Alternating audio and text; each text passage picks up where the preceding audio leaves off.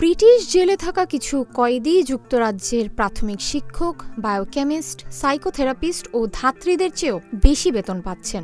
যুক্তরাজ্য ভিত্তিক সংবাদ মাধ্যম দ্য টেলিগ্রাফের প্রতিবেদনে এ তথ্য জানানো হয়। এতে বলা হয়, যুক্তরাজ্যে কিছু স্বল্প নিরাপত্তার খোলা কারাগারের বন্দীদের কাজের জন্য বাইরে বের হওয়ার অনুমতি দেওয়া হয়। তারা দিনের শেষে আবার কারাগারে ফিরে আসেন। সংশ্লিষ্টরা জানিয়েছেন, এই পদক্ষেপটি বন্দীদের পুনর্বাসন এবং তাদের সমাজে ফেরার জন্য প্রস্তুত করার একটি সমন্বিত প্রচেষ্টার অংশ। তবে বন্দী এবং সিভিল সোসাইটির মধ্যে বেতনের এই পার্থক্য যুক্তরাজ্যে আয়ের বৈষম্য নিয়ে প্রশ্ন উঠিয়েছে।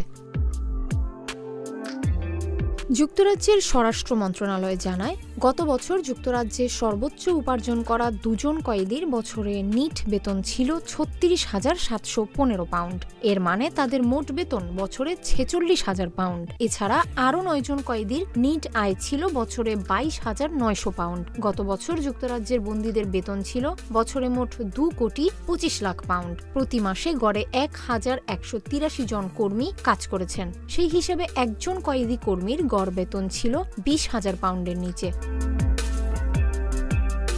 যুক্তরাজ্যের একজন শীর্ষ আয়ের কয়েদির মোট বেতন যেখানে বছরে ৩৬,৭১৫ পাউন্ড, সেখানে দেশটিতে একজন কারারক্ষীর বেতন বছরে ২৮,০০০ পাউন্ড, প্রাথমিক শিক্ষকের ৩৬,২০০ পাউন্ড, ধাত্রীর বেতন ৩৬,৬২২ পাউন্ড, বায়োকেমিস্ট ৩৬,৫৮৬ পাউন্ড এবং সাইকোথেরাপিস্টের বেতন ৩৬,৬০২ পাউন্ড।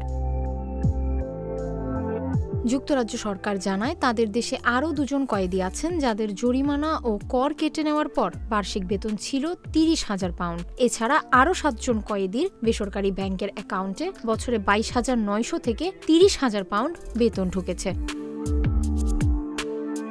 সংশ্লিষ্টরা জানান, কয়েদিরা বিভিন্ন ধরনের কাজ করে থাকে, তবে বেশি আয়ের জন্য কয়েদিদের কাছে অন্যতম আকর্ষণীয় হল লরি চালকের কাজ।